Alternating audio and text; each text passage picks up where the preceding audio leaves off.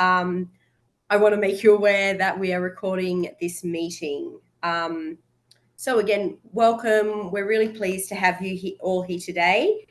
This webinar is a partnership with CONFAP and the Australian Embassy, and we've done a series of these, and we're really happy to be continuing this series to talk about forests. We'll give a quick overview of the agenda before we get started. Tiago, if you want to put that up on the screen, please. Great. I hope you can all see the screen. So this afternoon, we'll have some introductory remarks. Then we'll have Flavia and Tiago give a presentation about funding for research on both the Brazilian and the Australian side and how our partnership works, followed by some keynote speakers and a moderated discussion. So while the keynote speakers' presentations are being presented, feel free to put your questions in the chat, and there'll be an opportunity to put your hand up afterwards as well and ask questions directly. Thank you, Tiago. So I would like to welcome Professor Ogia to make some welcome remarks now. Good evening, everyone. For those here in Brazil, or good morning for those in Australia. I am Odir Delagostin, President of CONFAP. CONFAP is the Council of State Research Funding Agencies in Brazil. We have been doing these virtual research collaborations for some time now, and it's a very good opportunity to discuss and get to know each other.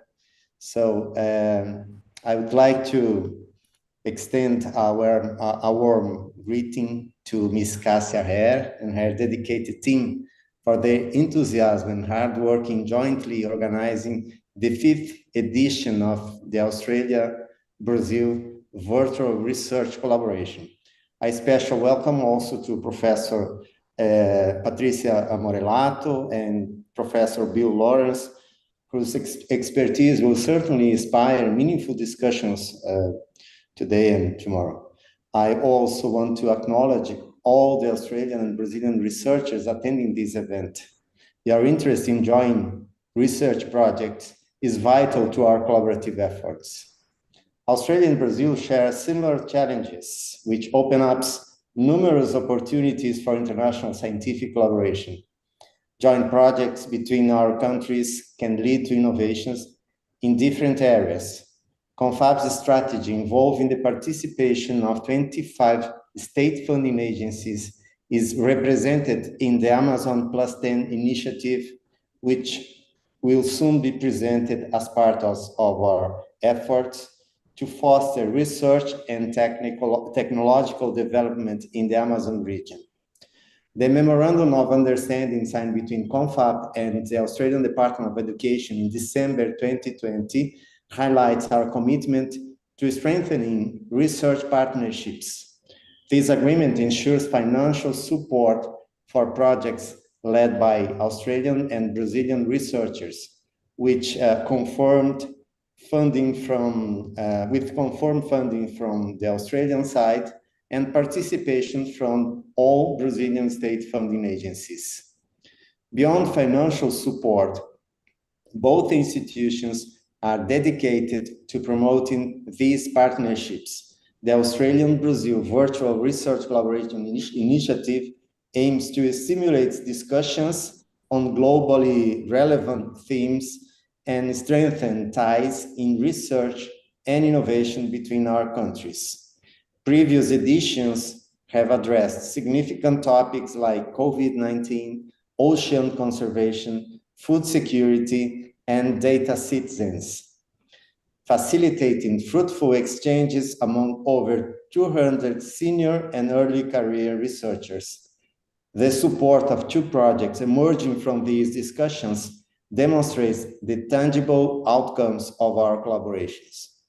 I wish everyone engaging in productive discussions tomorrow And I hope this event leads to valuable partnerships that contribute to the advancement of both our countries and the global research community as well. Thank you very much. Thank you so much, Professor Ogier. I'm going to do some opening remarks on behalf of the Australian Embassy. Our Ambassador Sophie Davies was meant to attend, but she sends her apologies. I'm sure many of you are aware that Brazil is hosting the G20 this year, and we're having a lot of high-level guests coming through. So she got called away to some meetings relating to that. But before we start properly in earnest, I'd like to acknowledge and sincerely thank Professor Ogier Delagostin from CONFAP, who we just heard from, as well as our panel discussion moderator, Dr. Fabiana Santana, who is the Pro Vice Chancellor of Research for Enterprise and Infrastructure at Flinders University, and our keynote speakers, Dr. Patricia Moralato, who is a full professor at the São Paulo State University and director of the Centre for Research on Biodiversity Dynamics and Climate Change, and Dr. William Lawrence, who is a distinguished research professor at James Cook University. And importantly, I'd like to welcome, acknowledge, and thank all of you for participating. Internationalisation of education is really important for Australia. We've been actively internationalising our higher education and research sectors for more than 50 years. And we see the benefits of that from the economic, social, and cultural for both Australians and our international partners that we work with. Australia is recognised for high-quality research. With less than 0.5% of the world's population, we contribute to more than 4% of international scientific development, and we're committed to expanding our educational and research partnership with Brazil. And as Professor Ogier outlined, this VRC is part of that, a really important part of that. Because we know that when Australians and Brazilians work together, we're more effective. Between 2021 and 2024, Australia's average field-weighted citation impact was 1.61 and Brazil's was 0.87, but joint publications between Australia and Brazil reached 3.94, which is 4 times above the world average.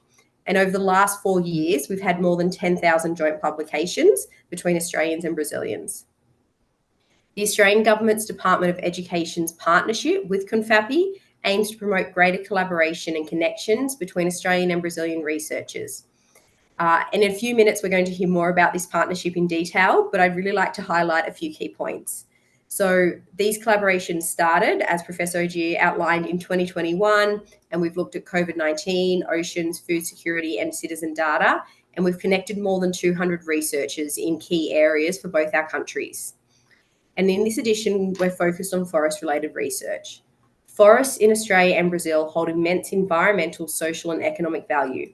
Covering 17% and 58% of our country's land areas, respectively, the ecosystems are crucial to preserving biodiversity and mitigating the effects of climate change. Millions of people live in and around forests, including hundreds of traditional communities and dozens of major urban centres, for which these forests serve vital economic functions, including fishing, sustainable extraction, tourism, energy production. But despite their importance, Australian and Brazilian forests are in decline because of unsustainable economic activity. Health crises, water pollution, biodiversity loss, and wildfires are some of the social and environmental consequences affecting these ecosystems and the communities that depend on them for their livelihoods. Your presence today here confirms the importance of forest-related research to both our countries. And we really hope this event offers an opportunity for you to expand your professional network and identify new collaboration opportunities. So thank you again. I think we're going to do a group photo now. So can I ask everyone to please open their cameras up? And we're going to take a couple of screenshots. Fantastic. So we want to see everyone's biggest smiles. Think about the forest, the trees, the rivers, all of that sort of stuff and how we're going to change the world here. Let's go.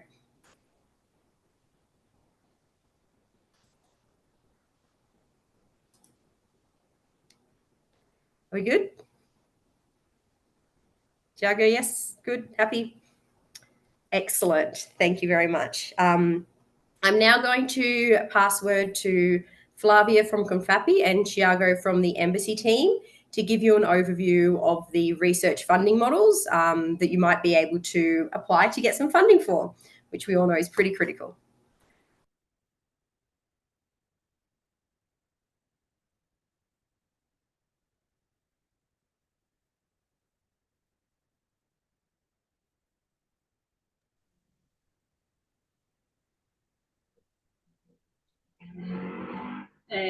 Hi, good morning for the researchers in Australia, and good night for the ones in Brazil. My name is Flávia. I'm an advisor for international cooperation of CONFAP, and I work closely with Cássia Thiago in the partnership with the Department of Education. And hello, I'm Thiago Cordeiro, and I work with Councillor Cássia here in the Department of Education team here at the Australian Embassy in Brazil, specifically working with a focus on research. So first, we wanted to contextualize that we have a fast-growing dynamic of international research cooperation between Australia and Brazil, which is evidenced by the number of academic agreements, for example, which grew from 65 in 2014 to 109 in 2018 and continues to grow. And also joint publications more than doubled in the last 10 years. It went from 1,135 10 years ago to 2,631 joint publications last year. In the academic research sphere, Brazil is 15th among, ranked 15th among countries that collaborate in research with Australia, and in varied research areas. So just in the last 4 years, if we take 21 to 24, it was over 10,400 joint publications, 44% of which were in medicine, but after that we had physics, astronomy, agricultural, biological sciences, biochemistry, genetics, molecular biology, and environmental science as some of the main fields that there's been collaboration in. And as Councillor Cássia mentioned, the field-weighted citation impact is 4 times larger for Brazilian researchers when working together with Australian researchers.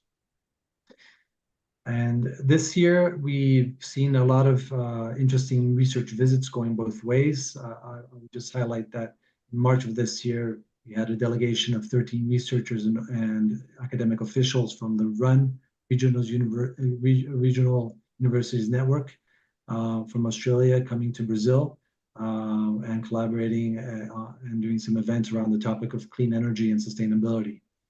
But also from the government side, we have a lot of active institutional agreements that work as frameworks to help researchers and institutions connect. So we have the Department of Education and CONFAP agreement that we've mentioned, and we'll go into a bit more detail. But we also have the CSIRO and Embrapa Memorandum of Understanding and Agricultural Science Cooperation.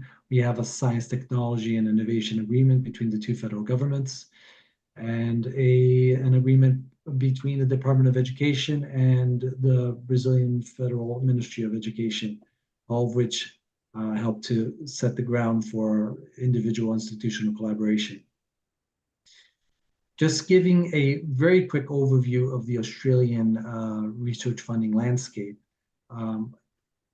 In the university sector, we have a dual funding system, which includes research block grants and with funding from the Department of Education, which provide funding to eligible Australian higher education providers and support research and research training. This works on a calendar year basis and is awarded based on relative performance of each higher education provider in attracting research income and supporting students to complete higher degrees by research. So within this, we have the research training program, which supports domestic and overseas students undertaking research doctorate and research master's degrees. And complementing this, we have the research support program, which works to support systemic costs of research not supported directly through the competitive or other grants, such as libraries, laboratories, consumables, computing centers, and salaries of support and technical staff. We also have a competitive research grant system. I would highlight two institutions here. First is the Australian Research Council, a Commonwealth entity within the Australian government. Here, the grants are competitively awarded to individuals, research teams, large-scale centers, basically through two broad arms, the Discovery Program and the Linkage Program. And some of the and the ARC supports centers of excellence, which has high-quality groups of researchers working in areas of national and international importance.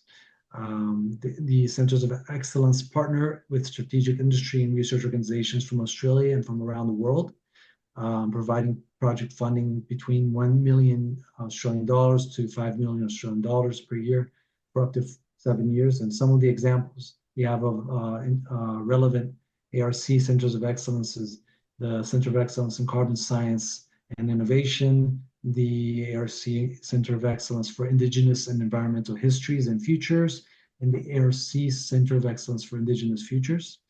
And in addition to this, I would also mention we have a very important institution in the National Health and Medical Research Council, also within this competitive research grant system. We also have a cooperative research, we have cooperative research centers, or CRCs. This is an Australian government initiative that was established in 1990 and funds industry-led collaboration between industry researchers and end users. And the CRC program links researchers with industry and government with a focus towards research application, and offers support through two elements, the CRC grants directly and the CRC center projects. The grants support medium to long-term industry-led collaborations for up to 10 years. So just a couple of examples there. We have the Food Agility CRC and the CRC for zero net emissions from agriculture. And lastly, I would mention also the Rural Research and Development Corporations. These are Australia's RDCs, which have helped drive agricultural innovation since 1989, and they allow Australian government and primary producers to co-invest in research and development, benefiting industry and regional communities. So we have the Commonwealth statutory RDCs, for example, the Fisheries Research and Development Corporation. We also have industry-owned companies such as the Forest and Wood Products Australia. Lastly, I would just mention that the Department of Industry, Science and Resources, through the link that I have up on the slide, has a lot of information on how to partner with Australian organizations in research. And this is just a quick summary, but all of this will be available to everyone after the event in our events homepage, which we'll share with you. One last opportunity I'd like to mention here in the landscape of research funding in Australia is the Global Science and Technology Diplomacy Fund. This was introduced this year by the Department of Industry, Science and Resources, together with the Australian Academy of Technological Sciences and Engineering and the Australian Academy of Science. And they began to deliver with the first round of calls for proposals this year, and we have a second round upcoming. This fund aims to open up a world of science and technology enterprise for Australian researchers and innovators, supporting strategic international science and research collaboration in the Asia-Pacific region and with Brazil. That is, Brazil is the only priority partner country outside of the Asia-Pacific region, which has been contemplated with, in this fund. And the priority themes are advanced manufacturing, artificial intelligence, quantum computing, hydrogen production, RNA vaccines, messenger RNA vaccines, and therapies. So within these themes, a lead applicant from Australia, an Australian entity, which can be a company, a university, a research center, must apply and indicate at least one priority theme that the project will work on, and at least one partner organization. So with Brazil, it's a very interesting moment to be connecting with researchers on both sides to prepare for the second round of this GSCDF fund.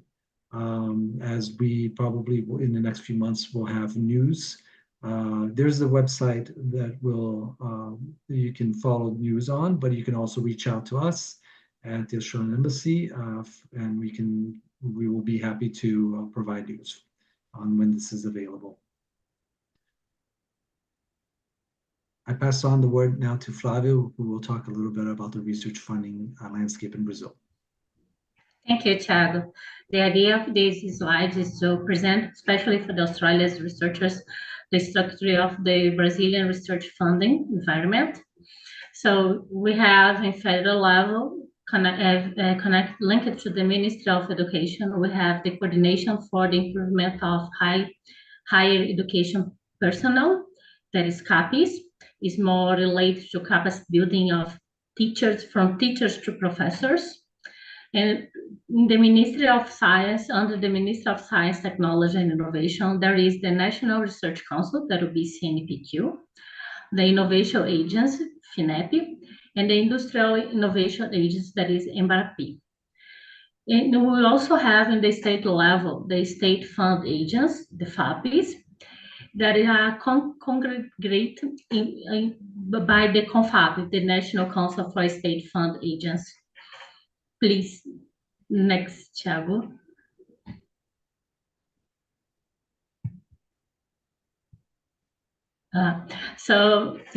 Related to the CONFAP, CONFAP is a non-profit organization that represents all the state fund agents.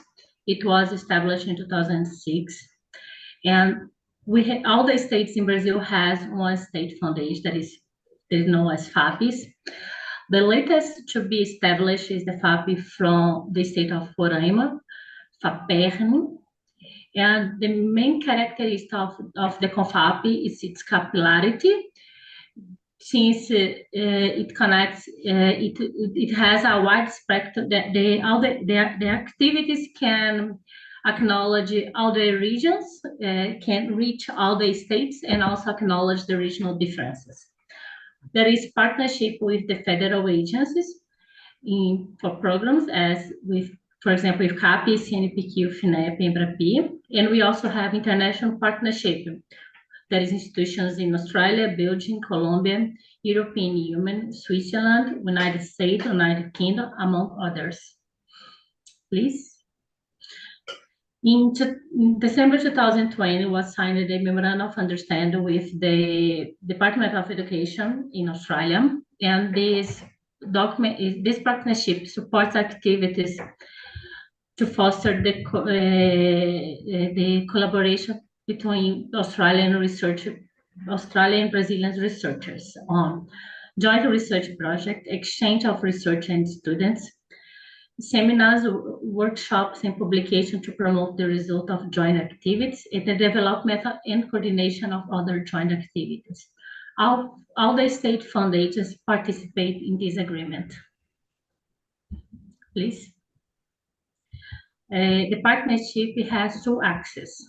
One is the support of joint research projects, and the second one is the Australia-Brazilian Digital Research Collaboration. Please. Regarding the support for joint projects, this information is mainly for the Brazilian research, is how they can request the support. First, the project must be approved by an Australian research funding or university recognized by the Department of Education. The Brazilian coordinator must send an email to CONFAP in order to verify the support of the FAP from his or her states. Each FAP has the autonomy to decide the budget that will be allocated in the project, and also to define the steps or criteria to support the project according to its internal regulations.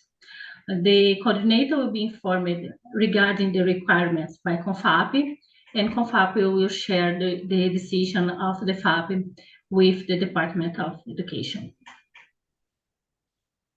This main reference, you can have access for information regarding the research funds on the first link, and the second one is a guidelines how the Brazilian researchers can request the support to the FAPs, and the email for inquiries regarding the CONFAP's support. Here we have just some examples of projects that were financed under this Department of Education CONFAP Memorandum of Understanding. So Monash University and the Catholic University of Paraná, for example, have worked together on a prospective longitudinal case control study to evaluate neurodevelopment of children from birth to adolescence exposed to COVID-19 in utero. We've had Southern Cross University, Macquarie, and Federal University of Bahia work together on cool spots, eco-engineering heat-resistant intertidal communities, and the University of Sydney and the Federal University of the State of Espírito Santo in Brazil, working on reef paleoecology, all following this principle of having the Australian research funding assured first, and then being able to streamline the process, the peer review and approval process on the Brazilian side. And as Flavia mentioned, in addition to supporting joint funding, we've been running these virtual research collaboration events since November 2021. The first on COVID, then the second on oceans. We did food security, citizen data, and now on forests. And over time, we've had a few different institutional partners, including the Australian Academy of Science and the Brazilian Academy of Science and the UNDP. All of these events have sought to foster new partnerships and strengthen ongoing partnerships in the search for innovative solutions for global problems. I would like to present the CONFAP initiative known as Amazon Plus 10. It was launched by the CONFAP and the National Council of Secretaries for Science, Technology and Innovation, CONSEC, and the National Council for Science and Technological Development, CNPq. The Amazon Plus 10 initiative aims to support the scientific research and technological development of the tropical forests, natural society interactions, and the sustainable and inclusive development of the region. The topics of interest are organized in three main axes with larger logic of sustainable transition. The territorial infrastructure and logistics that facilitate sustainable development in a multiple scale dimension. People of the Amazon as protagonists of knowledge and appreciation of biodiversity and adaptation to climate change, strengthening sustainable production chains for Amazonians. Thank you. The next, please. The lines of actions of the initiative are support of research project, mobility, innovation and prototyping, original science, technology and innovation infrastructure, and support of scientific expeditions. Next.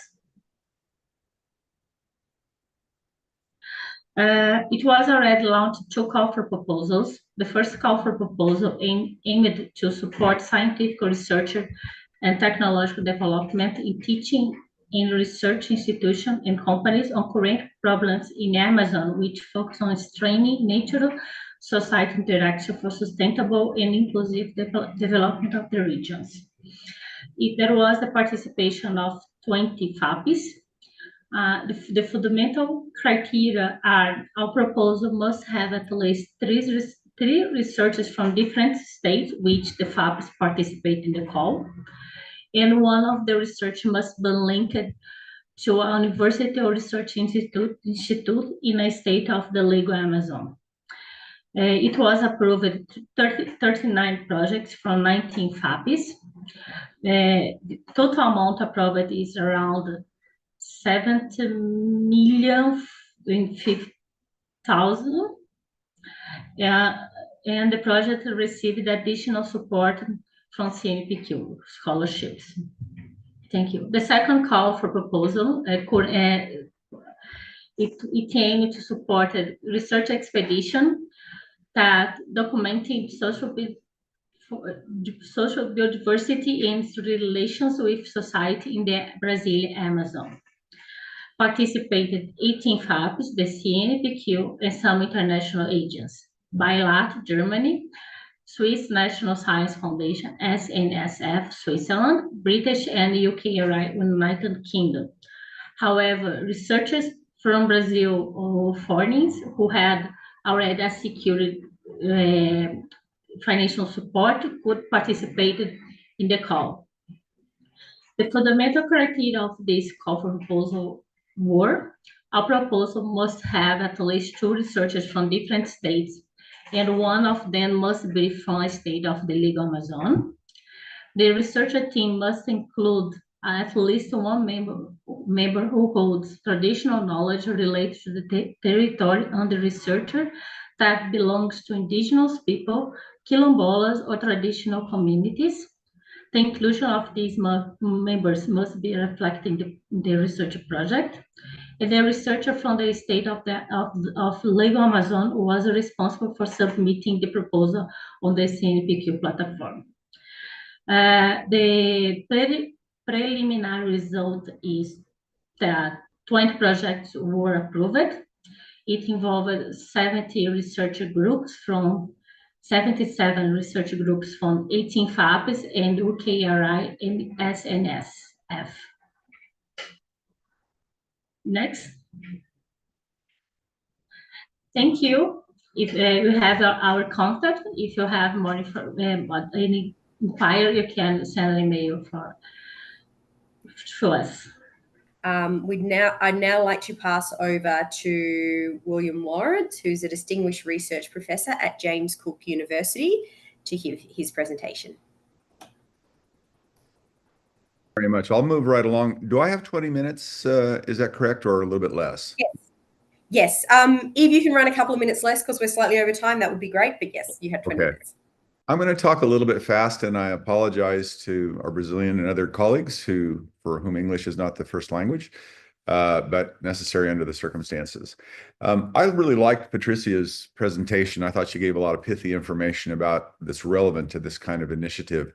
What I was going to talk about is something a little bit different, which is a long-term research project that's now been going about 45 years in the central Amazon, in the Brazilian Amazon, called the Biological Dynamics of Forest Fragments Project. And if you study forests, if you study biodiversity, climate change, most people are probably going to have heard of this project previously. But anyway, so we'll just sort of skip along here to some of the things about this project.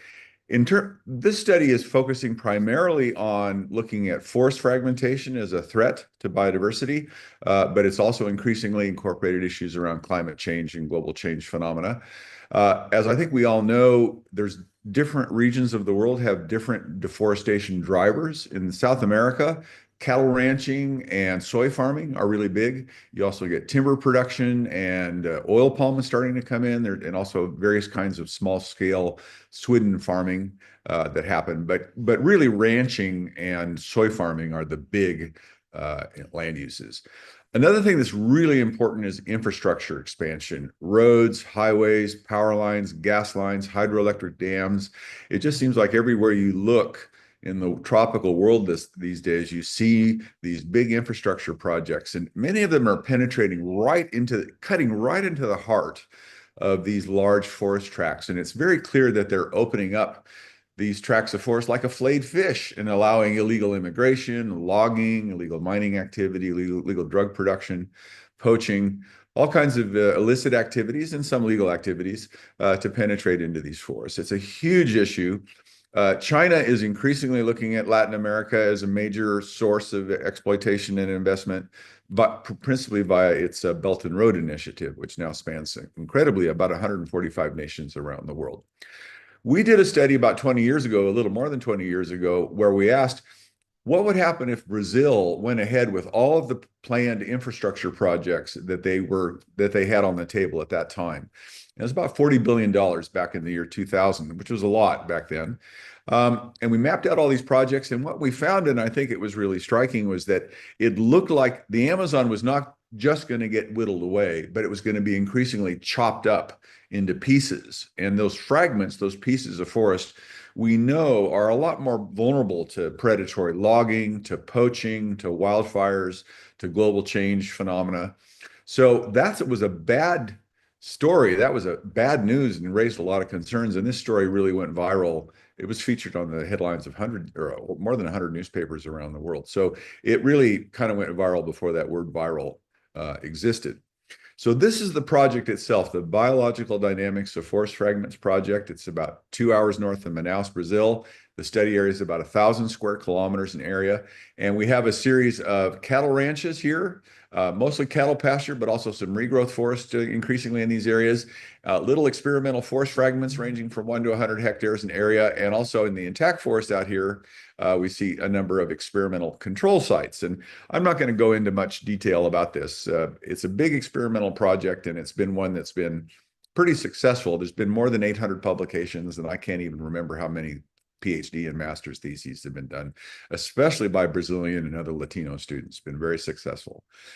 Just wanted to mention here briefly that how species rich the Amazon is. I mean, we all hear this, but this just shows you the numbers here. Here's the number of tree species greater than 10 centimeters in diameter, so about 4 inches in diameter. And here's Barro Colorado Island in Panama. Here's La Selva in Costa Rica. So two very famous study areas, maybe 70 to 90 species of trees in a hectare of forest, about 2.5 acres. Here's the Amazon, almost 300 species of trees. My goodness. I mean, it's almost enough to drive you a little bit crazy because the challenges are so extreme in terms of trying to identify all of this amazing biodiversity. So in studying this fragmented landscape, one of the things that we've been focused on is trying to understand, well, what's causing the rainforest fragments to change ecologically, to lose species, to have other kinds of changes. So we could talk about so-called area effects, isolation effects, edge effects, the matrix, which is the vegetation surrounding the fragment, the modified vegetation. I don't have time to talk about all these different kinds of things in any detail, but I did want to mention that there's a lot of evidence at this project that edge effects, which are ecological changes around the borders of these fragments, are really important. And what you can see here, here's a bunch of different studies. You can see the results, and this is how far the edge effects were penetrating into the rainforest, okay, into the intact rainforest. So here's would be cattle pastures out here, and this is moving hundreds of meters in. And you can just look at the diversity of different kinds of edge phenomena there, changes in species composition, invasive species coming in, shifts in disturbance regimes, changes in microclimate, changes in nutrient cycling. I mean, the list just goes on and on. So I think you really do get struck with this notion that these edge phenomena are really important. Here's one example here with trees. So if we look at the big trees, we see that the bigger than 4 inches in diameter, 10 centimeters, we see that there's a lot of dead trees that accumulate as you get closer and closer to forest edges, especially within about the first 100 meters. Why? It's because you get wind shear forces building up over these surrounding denuded landscapes, and they slam into the fragments, and you get harsh, dry, windy, microclimatic conditions, desiccating, drying conditions in the pastures, and those also affect the trees and can kill many of the trees. So these changes, all these different shifts in forest dynamics seem to have three main changes on the rainforest. There's probably more than this, but these are three big ones. Changes in the structure of the forest architecture. You can see here in a satellite, just look at these. These are all tree fall gaps here. So this is really disturbed forest in our study area. That's what rainforest looks like when it's undisturbed. Here's what it looks like when it's heavily disturbed. And you don't have to look at that very long to see that there's gross differences in structure, microclimate, species composition, all kinds of things happening there.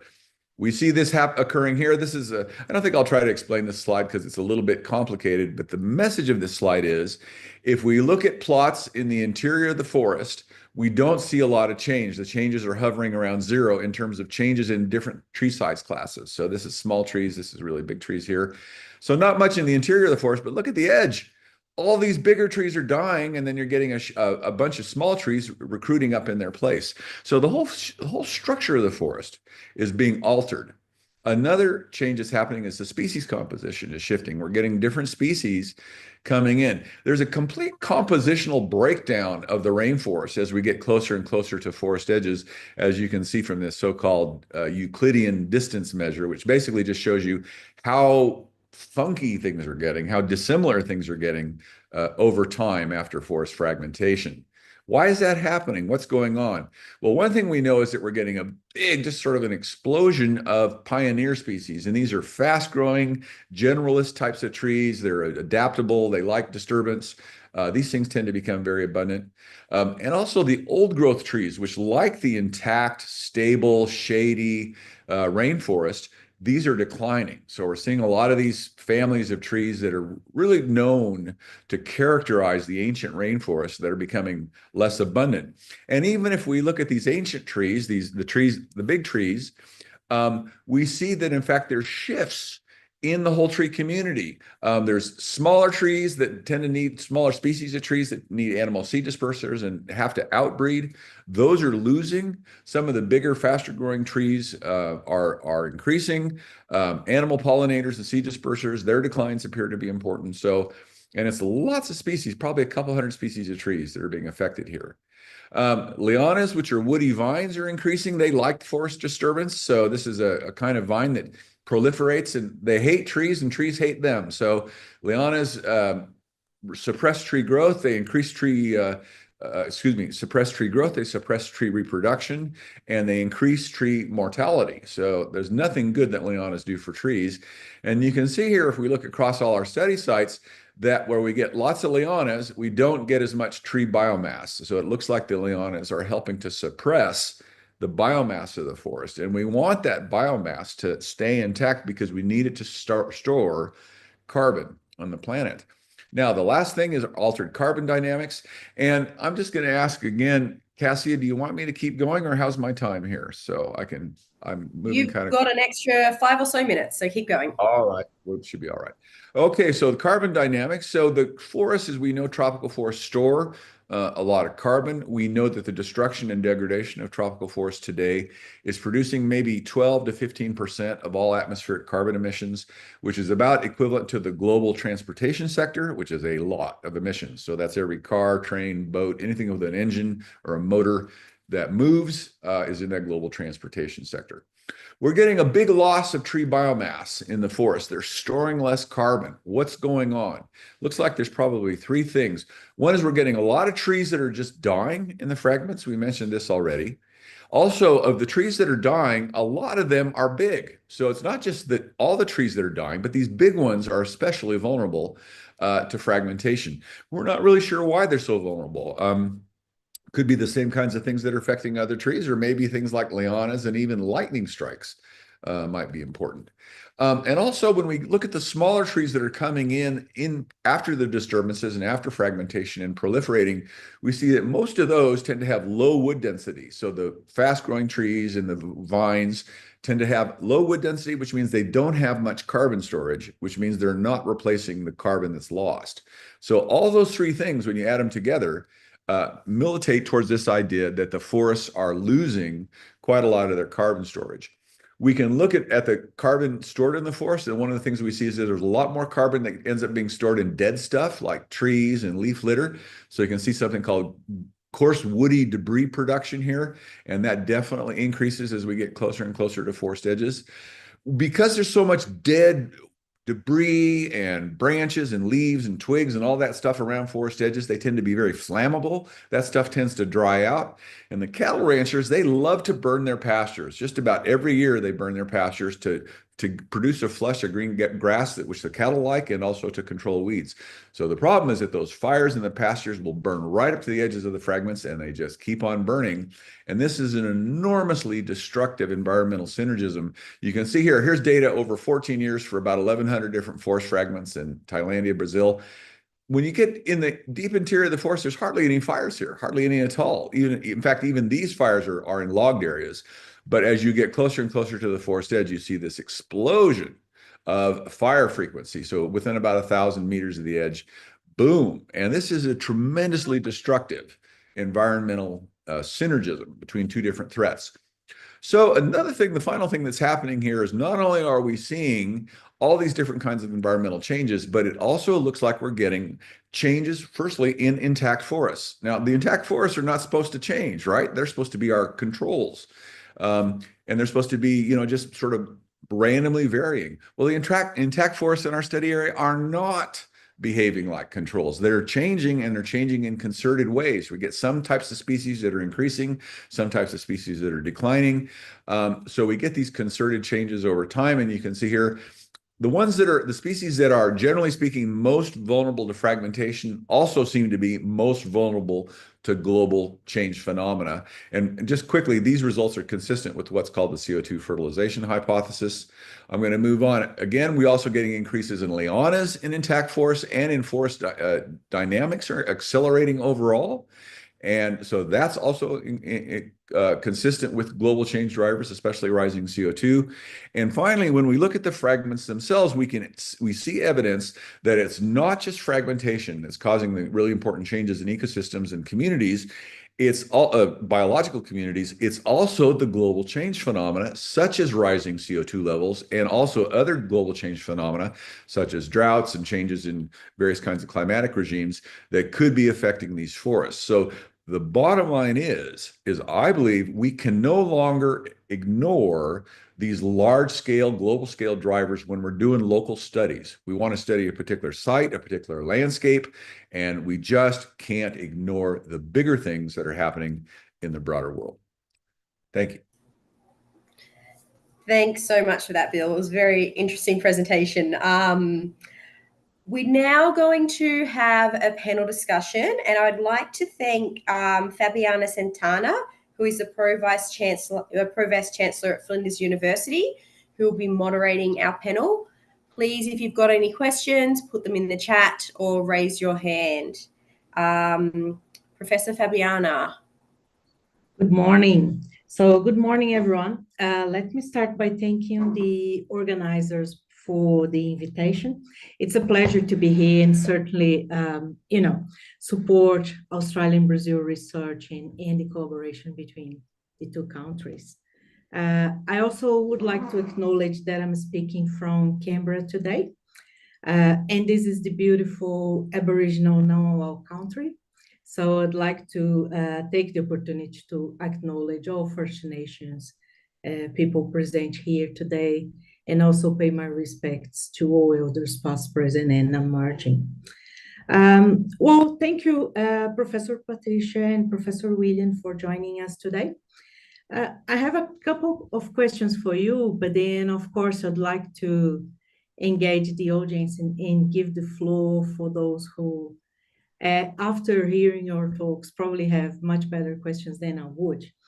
But anyway, I'll start with a question that's for both of you, and let's see how you go from there. So, Patricia, you mentioned transdisciplinary initiatives, and I have to say that I personally strongly support transdisciplinary initiatives to solve big problems, because via those you can join forces with specialists in many different areas. So you have the biodiversity researchers, but then you may bring people from public policy, or I don't know, artificial intelligence, whatever it is, right?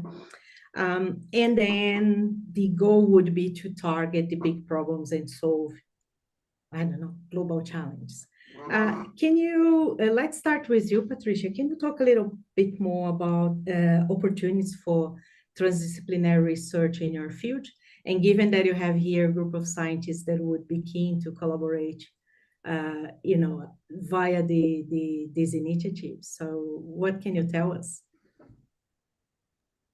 Thank you for your questions and your comments.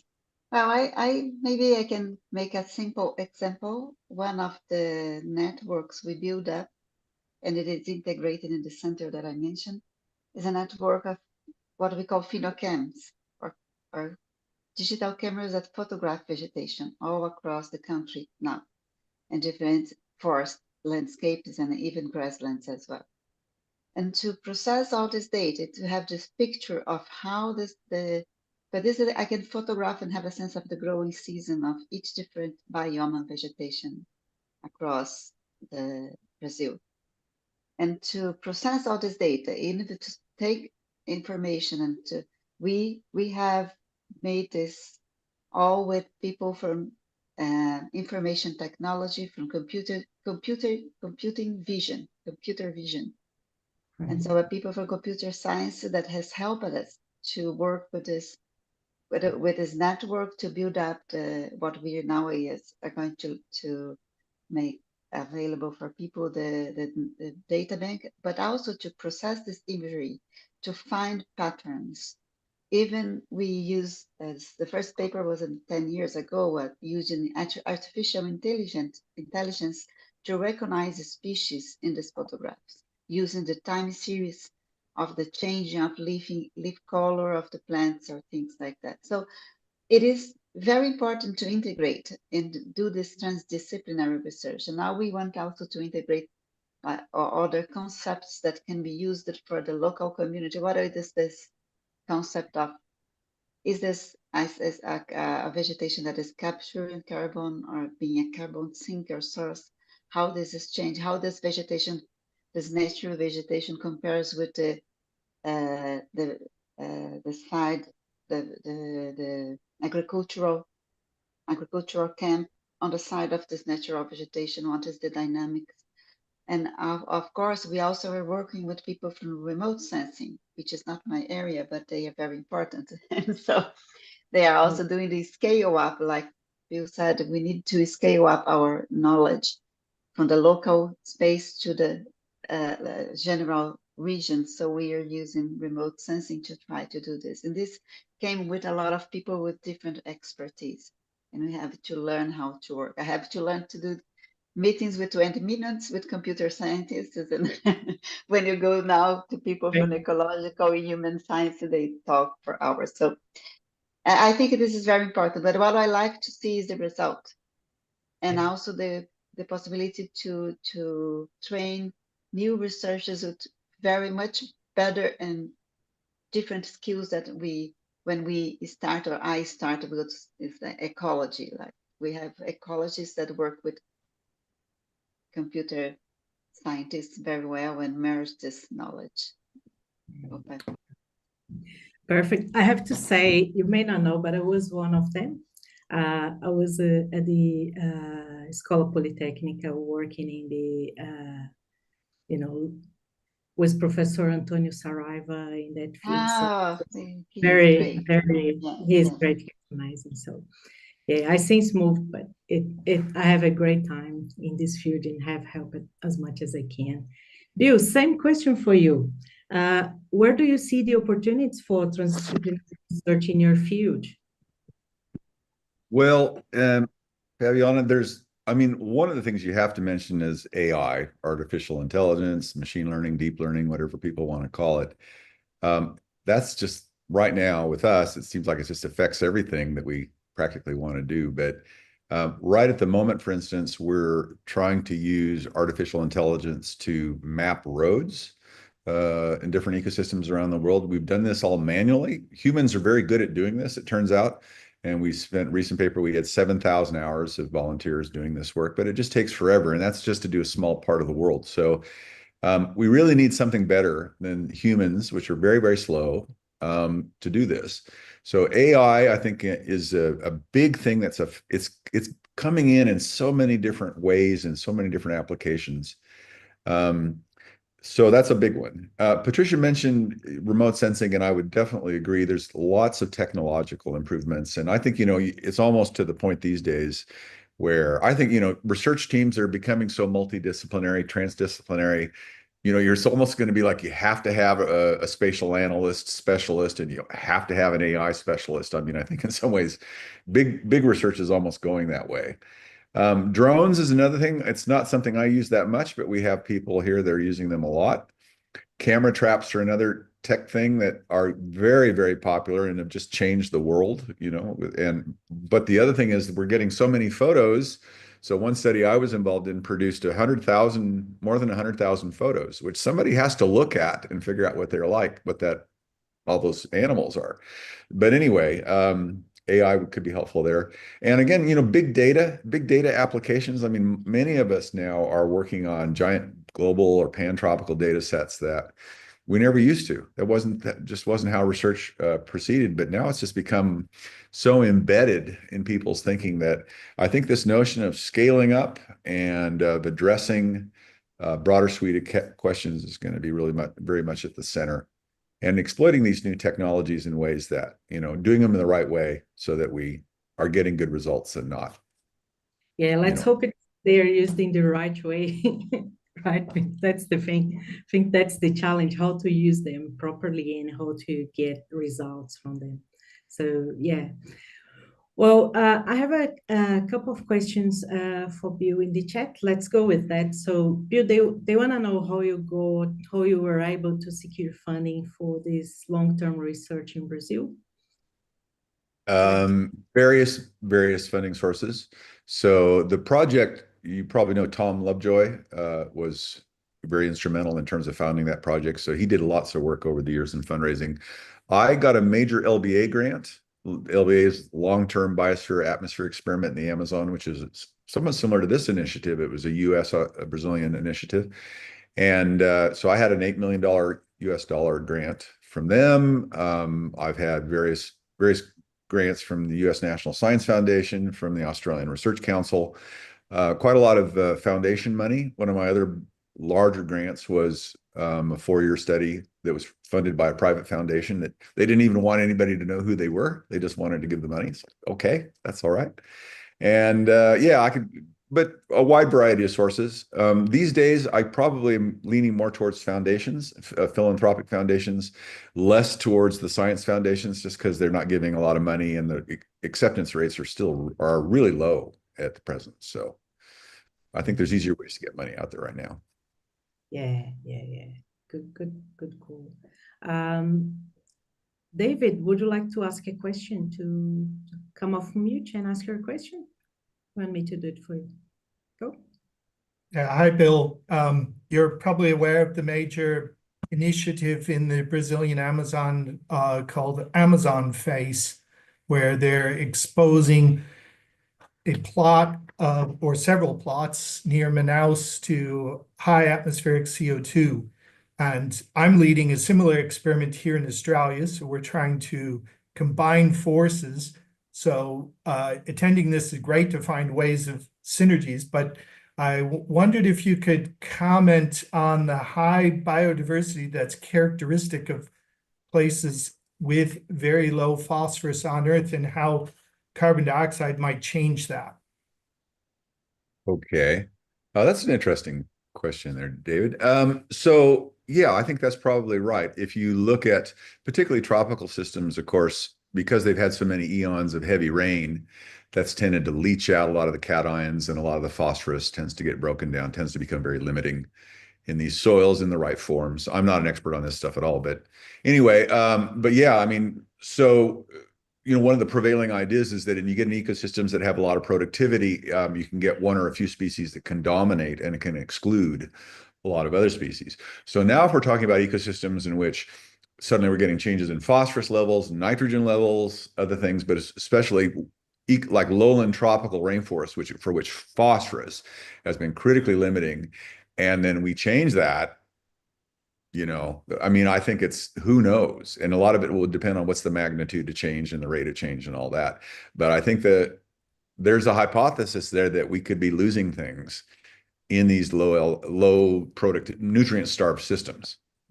So I think it's a really good point. I hadn't scratched my head on that one before, David. That's a good question. Thank you, Bill. Patricia, you mentioned in your talk innovation connections, and then you put all together biodiversity, climate change, sustainable agriculture, nanotechnology. Could you please dive deep a little bit on that subject for us? Because I think it's fascinating. Thank you. That was a challenge that is posed when you put this proposal, which is a long-term proposal from 5 to 11 years, and that you have to connect research to innovation. And we did this. We devised one work pack about soils, because it's a very good connection between what is pristine and what is the changed ecosystems. Even if the land use change is a city or is agriculture or whatever, you are changing the soil and you are changing even carbon stocks when I change that. So we thought about this connection for innovation. So what we have a group, very strong group on innovation that has experience, especially on nanotechnology. And we have a work back on microbiomes, which we are devising and studying and collecting samples of soils all over different vegetation types and soils with different disturbances. And then we want to examine not just the soil type, the traditional soil analysis by the microbe, and analyze in a very using genomic tools, different genomic tools to analyze the microbiome. And then we are going to take what could be important for that microbiome, could work to improve improve agriculture or improve restoration. We have like says grasslands that are very difficult to, very rich vegetation, very old. We say that is similar to the Kowogian. Is that the way to say? It's very difficult for us. The very ancient vegetation in Australia as well. And then it's poor soils and ancient and poor soils. But now we want to analyze that soils. If we see if we can, it is some indication that microbiome must be the clue, the key to understand how to restore those biomes and how they can be rich with so few soil and so poor soil. So we want to do these connections. And also we could improve agriculture if we find some so something that it could be encapsulated and using nanotechnology to put that in service of agriculture. So we have some already on the way, but now we need more collaborative work there, especially because we usually say there is several stages for innovation, and we use it at the university, we say we go to the third or the fourth, and now we want to go forward until the end. So we need collaboration with other universities, we need collaboration in companies, we need collaborations with such a way that make this gain scale to go to the, like say, agriculture or restoration in a larger scale. So this is the idea. But I'm not the expert. And that's is the great thing about this transdisciplinary stuff. But so we have people with different expertise. Perfect, perfect. And I have to say, we have Martin Breed from Flinders in the call today. He works in soil restoration. So maybe, Martin, you should have a chat with Patricia afterwards. Anyway, just for the sake of speeding up our time a little bit, Gordons, I'll ask you a question on your behalf, just to make it a bit quick. Bill, forestry, the Gordons has a question for you, and he wants to know if forests in Australia face similar change in terms of fragmentation, tree mortality, and other related issues. Tropical forests in Australia would. There's not a lot of tropical forest here, maybe 1 or 2 million hectares. And we find that, yeah, when you fragment the forest here, you get similar increases in tree mortality and vegetation structure and microclimate and invasive species. So I know that because I did my PhD here on rainforest fragmentation. So yeah, so that would definitely occur here. But one has to remember that most of Australia's forests and woodlands are not like the rainforests here. They're more open, sparse ecosystems. Depends where you are, of course, there's a lot of variation. But one of the real big concerns in Australia has been what's called broad scale land clearing. And it's basically deforestation, but it's more of woodlands, somewhat semi-open woodlands. Not like Cerrado, it's more closed than that, but it's so Cerrado Sujo maybe. Anyway, so it's that's a big thing. And the way that they clear it is actually with bulldozers. They get these massive bulldozers in a gigantic chain, and they put it between the bulldozers, and they just drive through the forest and just destroy all the trees as they go. So this has been happening very fast in Queensland in particular. And Australia, I think, was if you count that as deforestation, Australia ranks, I think, third in the world, or it has been as high as third in the world, behind Brazil and Indonesia, I think. So it's, yeah, Australia has its own sets of problems, environmental issues, and there are some parallels for sure. Yeah. So next question is for both of you, and depending on how we're going in terms of time, might be the last one. Um, Helen Simões Oliveira, he mentions that his team wants to develop an analytical tool capable of modeling and projecting abundance across different environmental scenarios with the aim of informing conservation decision making. And he's asking if this is a focus area for you and what advancements you've seen in this field. So can you get a very quick answer from each of you? So Bill, let's go with you because you're okay. Well, very quickly, I didn't quite catch what that was about, but it sounded like it was species distribution modeling, something like that. And if so, there are various models that have been produced out there. Hugh Possingham in particular has one that's well regarded. We do some modeling, and the models are becoming a lot more sophisticated, and they're allowing us to do things like deal with gross, ugly data distributions and missing zero inflated data and all this messy statistical stuff, which just arises when you're dealing with real world data. So the statistics is helping. It's moving the right way. Yeah. Patricia, any comments from you?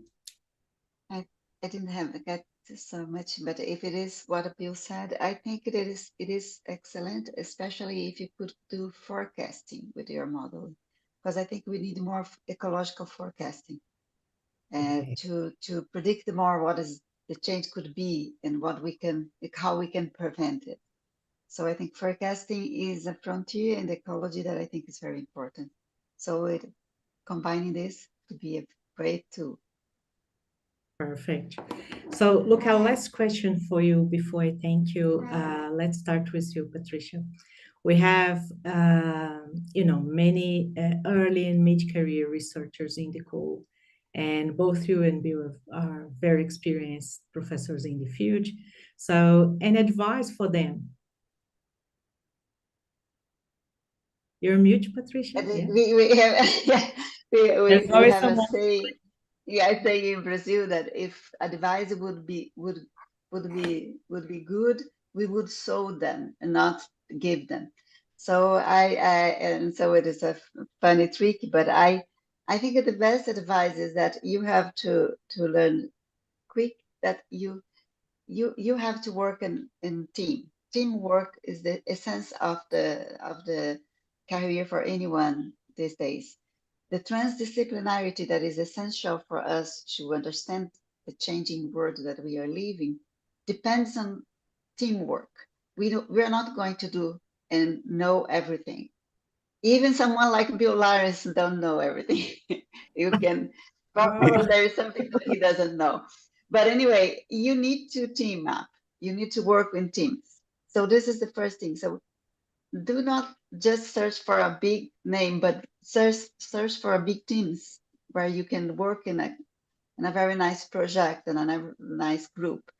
I think this is a very nice advice. And don't be too attached to your city, to your state, to your country. Go abroad, travel, know places and people. I have this in my laboratory. My students have always to go abroad.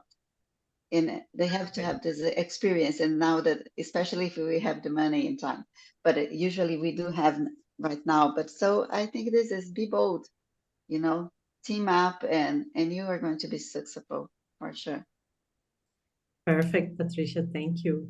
Bill, any last words from you?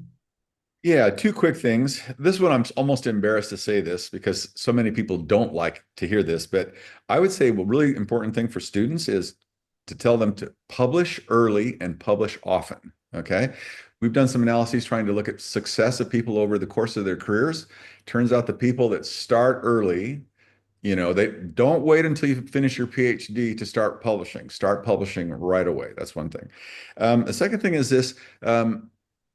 I would say to a young person, to a student or whatever, that if they are really interested in the environment or a particular issue, one of the things I've really found over the years is that a single individual who's dedicated and highly motivated and really committed to the cause, it's remarkable how many people just talk about. We talk about politics. We talk about all the problems of the world over our cups of coffee, and nobody does anything. I mean, we do. We're a pretty active group. But for a student, I say you can have the impact of 10,000 people if you're willing to really be committed and active, and you well and truly can have an impact in the world. It's something to hold on to and to believe in, because I think it's true.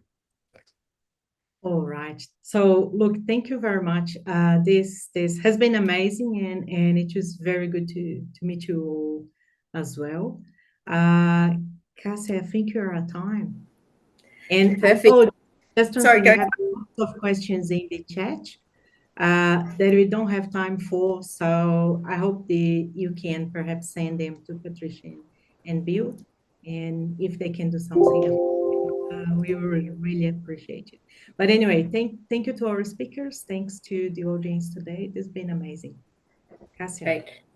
Thank you so much, Fabiana, for moderating our panel. And thank you to both Patricia and Bill for participating, as well as everyone. I think it's been a really interesting session, and hopefully sets us up really well for our agenda tomorrow, where we're going to do breakout rooms, hoping that it gives everyone something to think about and something to engage on when we get together in those breakout rooms. And there will be an opportunity, depending on the room you're in, to reach out to both of our speakers tomorrow as well. So on that, I think Thiago is going to share the screen again, and I'm going to speak briefly about how tomorrow will work. So we'll all get back together at the same time as today, and then for that first hour, we'll be in separate breakout rooms by research stream. So there'll be a room for discussing biodiversity, another for deforestation, and a third for the topic of forest communities. They will be moderated by some of our participants to help you introduce yourselves, share ideas, and think of areas of possible collaboration. The senior researchers have been pre-assigned room based on their research interests and where we saw there might be matches, but they are able to move between the breakout rooms if they're finding it's not quite the right one for them, or they're not matching with who they want to match. But our early to mid-career researchers are free to choose a room and move between them as well. So we'd love if people could log in on time tomorrow to hear sort of the overview by the moderators. And then after we have the breakout rooms, we're going to come back together and get an overview of what was discussed in each of those rooms. So I want to thank everyone again for their participation tonight, in particular our keynote speakers, and look forward to seeing you all tomorrow. Thank you. Bye-bye. Thank you. Bye. Ciao.